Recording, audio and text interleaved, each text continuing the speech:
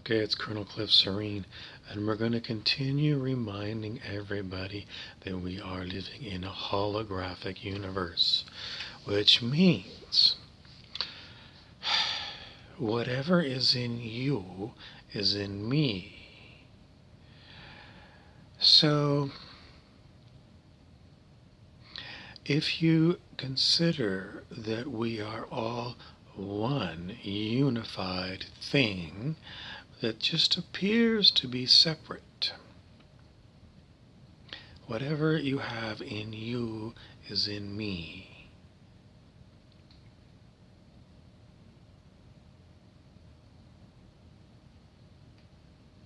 Now, maybe it's not true. Maybe it's just something people say, a holographic universe. In which case, you can walk away and say, you got nothing. But if it is holographic, then I have everything.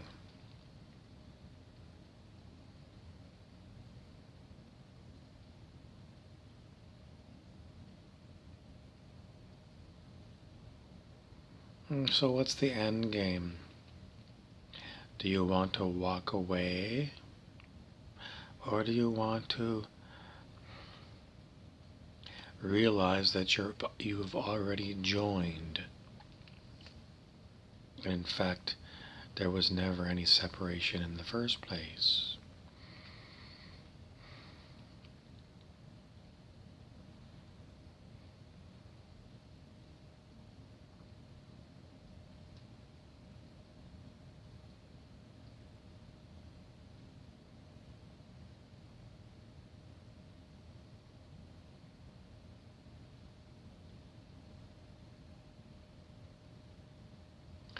The big story that I continually remind people of is known as Earth Ascension. What are we ascending to? We are leaving a reality where everyone believes that there are some elite groups that have secret societies and secretly run the world. And then we are moving to a reality where everyone looks and says, I am totally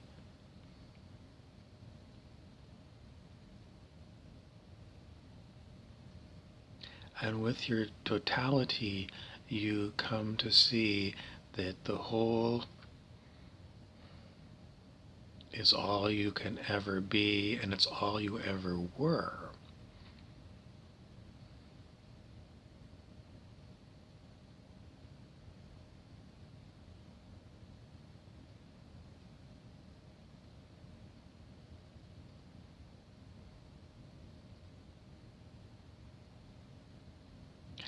Who wants to go?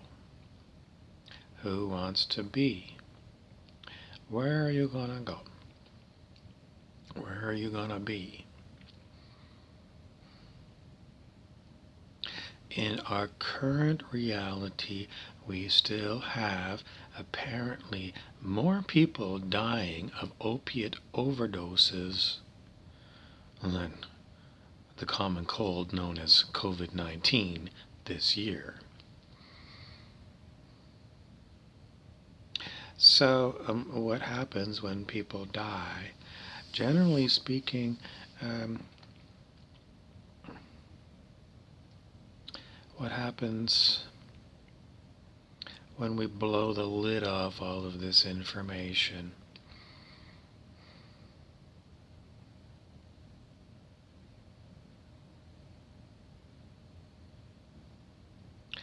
We have no story.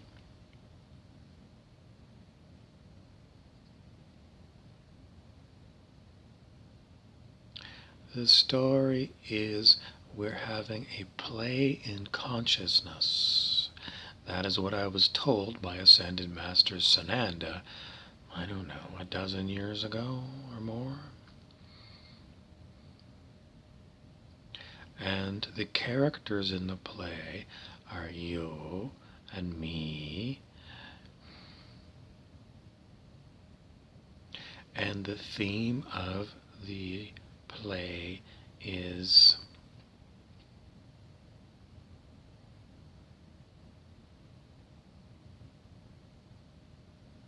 and the action of the play is, and I already brought it up, what's the end game of the play in consciousness? The answer when it comes to Earth Ascension is where people are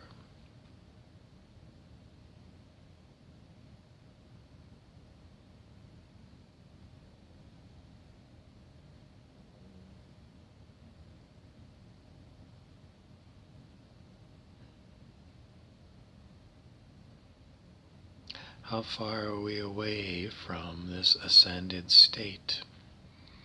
The answer is pretty much no one can tell you.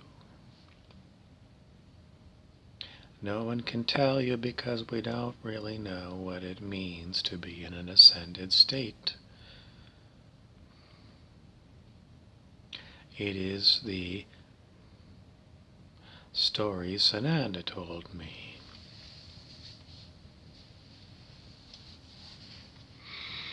Other stories that everyone's following?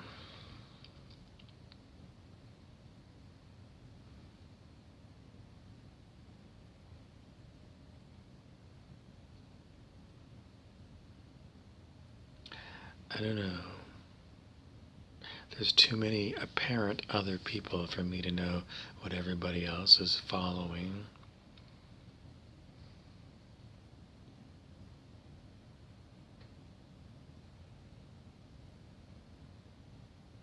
So your job is pretty much to be you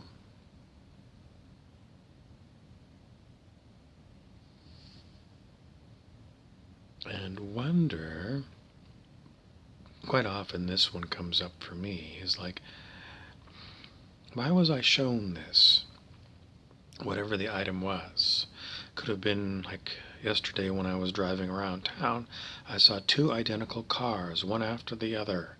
One was red, one was blue. Why did I see two identical cars, red and blue? I did. Take my word for it. This past week, I re-watched the movie The Matrix with Keanu Reeves, Lawrence Fishburne, etc., etc. The very famous scene at the beginning of the movie is Keanu Reeves being shown two pills, a red pill and a blue pill. One pill is eyes wide shut. The other pill is we go down the rabbit holes and see what's really going on behind the scenes. So that's what I'm going to go with, my red and blue car, the red and blue pill. Which pill did you take?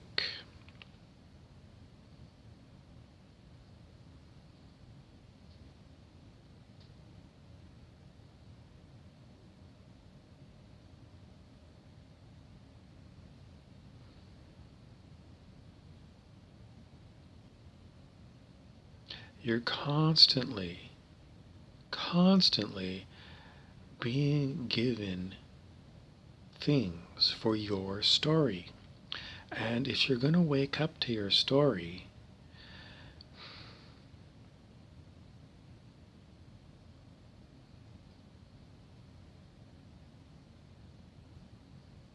maybe you're in line at Walmart and you see people, you overhear people talking, you see what they're wearing.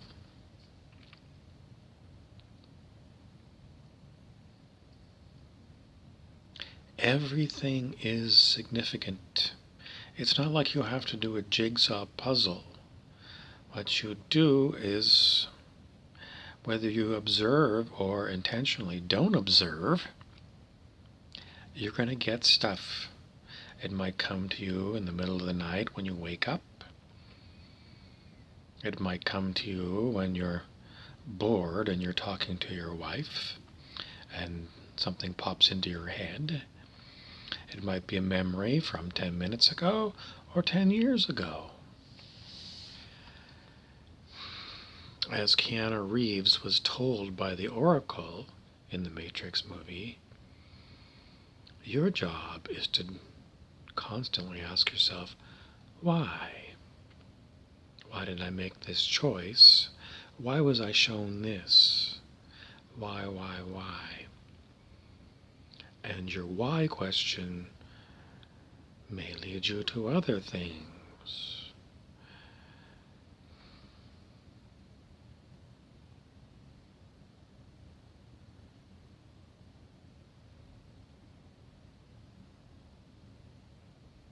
It's your life. The story is being presented to you.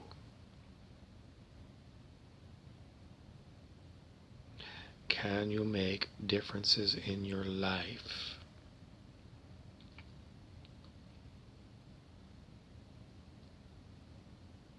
The answer is no. Actually, your whole life is more or less not even your life. It's our life because we are a universe. That means one thing, one universe. And as far as people talking about multiverses, many worlds, it makes things more complicated. But I don't exclude it. So if we are not in a universe, then you do have choice. If we're in a universe, one thing, it might appear as billions of humans, trees, stars. One thing is a universe, but a multiverse is multiple universes. And the many worlds theory of quantum physics means there's more than one Earth, and perhaps there's more than one you. In a universe, you don't have choice. Everything is going to happen as it's going to happen. You have an illusion of choice. But in multiple universes, you can jump from one universe to another using choice. Now, how are you going to decide about your choices? The answer is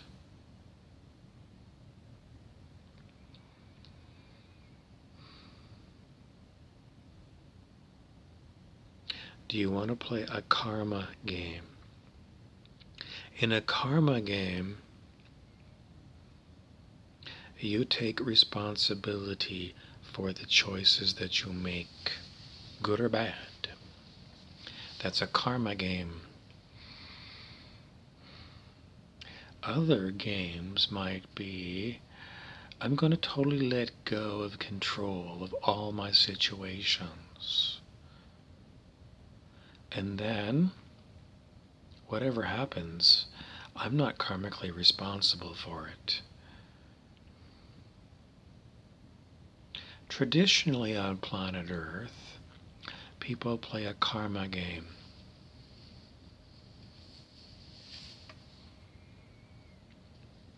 And to get out of the karma game and let go, it's a new idea, letting go of control. It's a very new idea, and there are some people who are saying they're playing that game, letting go of control. And there are some people who are lying about it, and there are plenty of people who never even heard about it. The advantages of these different kinds of games are, in a game where you are not karmically responsible, we're going to call you a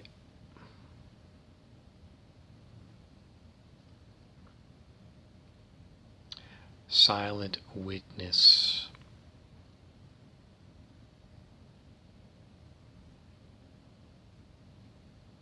In a game where you are actively choosing, we're going to call you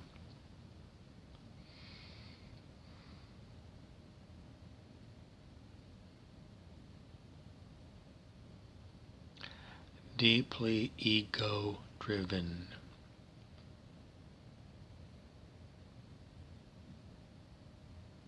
So if you're going to go with ego, you're going to get karmas. If you're going to let go of control and be the silent witness, your karma is basically over. Now, good karma and bad karma. There is no such thing as any of what I've told you.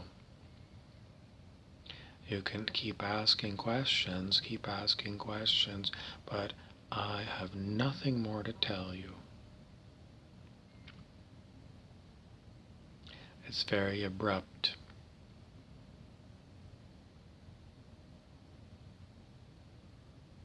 Because I cannot confirm or deny anything I've told you.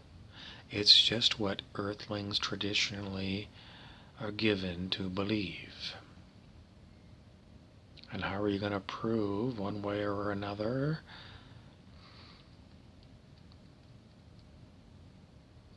It's not known. Today I heard internet commentator and teacher Aaron Abke talk about the links between a book called A Course in Miracles and the Law of One.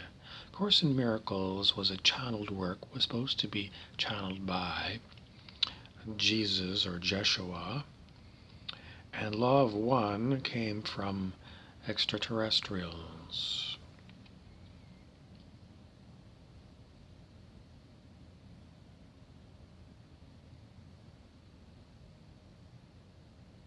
Today someone told me, fuck Jesus. I don't know what she thinks about the extraterrestrials.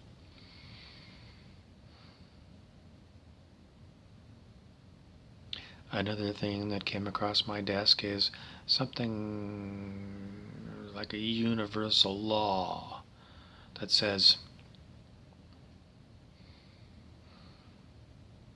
you have to reveal what you're doing. Is it a real law or just somebody's imagination?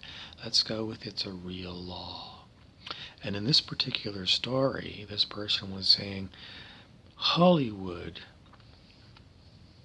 signals to us what they're doing through movies. Some people know it as predictive programming. From my perspective, I'm not going to give Hollywood credit for predictive programming because I don't think they're that smart. I'm going to call it the superconsciousness.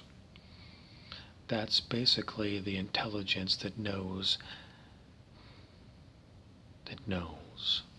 And that intelligence knows.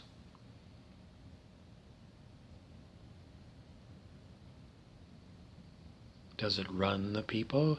It appears to run all of us individually.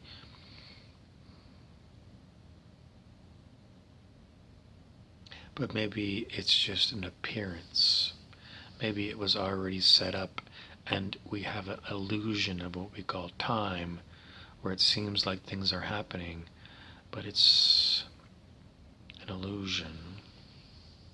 But anyway, to wrap your head around it, the superconsciousness, let's say, because we're used to seeing things happen in time, the superconsciousness is running all of us, including the people in Hollywood.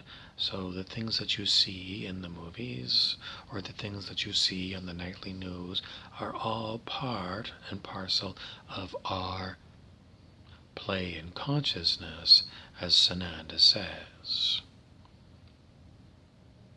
So does it make people innocent or guilty? Those are man's laws. These are insignificant because they are just simply part of the story. But if you're an ego person, you may be holding on to the ideas that there is individual responsibilities, and that comes with major karma. Because if you hold other people to whatever they're doing, you will be held accountable for your doings. And if you have let go of holding people, then you have let go of control, and then we're told the law of grace comes in, and if you forgive other people their sins, your sins also will be forgiven.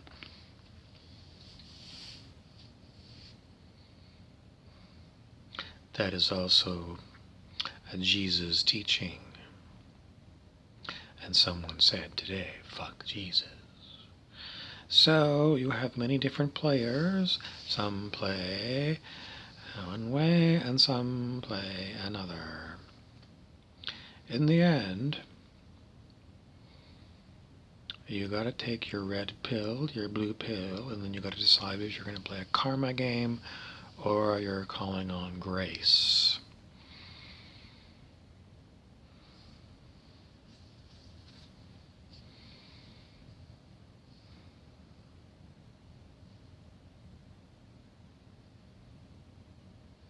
Now that you are in the know, we're going to say you're in the know. And it will be documented that you were told this information. If you let go of control of everything, then grace will apparently help you. If not, then you got to keep letting go. That's the way grace goes. You must continually let go. And even if it looks like you're being squeezed, you must continue to let go. The moment you stop letting go is the moment that you move into a karmic, egoic situation for yourself. And then maybe all hell breaks loose, or maybe it doesn't. Only you are playing your game. If you let go of control, the more you let go of control, the easier it becomes to continue to let go of control. They say that Jesus had already fully let go of control when he was here on planet Earth. On the other hand, we're told that most of planet Earth, let's say in 1987, most of planet Earth were playing ego games. How many people on planet Earth were playing Jesus? 6. 6 out of 7 billion people were playing the Jesus game, letting go of control, living by grace. So if you want to know how much karma there is to unwind on this planet, 7 billion people's karma. Unwinding karma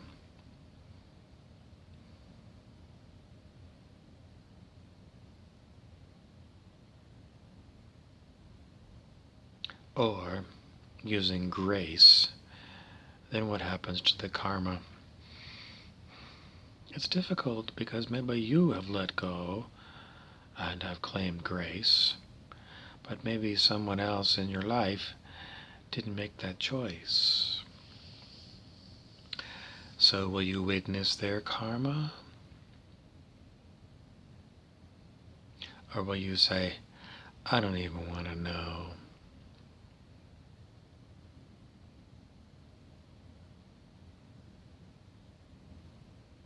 Thanks for watching. Please subscribe. And don't forget that I am playing the character of Colonel Cliff Soreen, and I play many characters on this channel. I'm known as an actor. I do everything ad lib, which means that I never know what I'm going to say.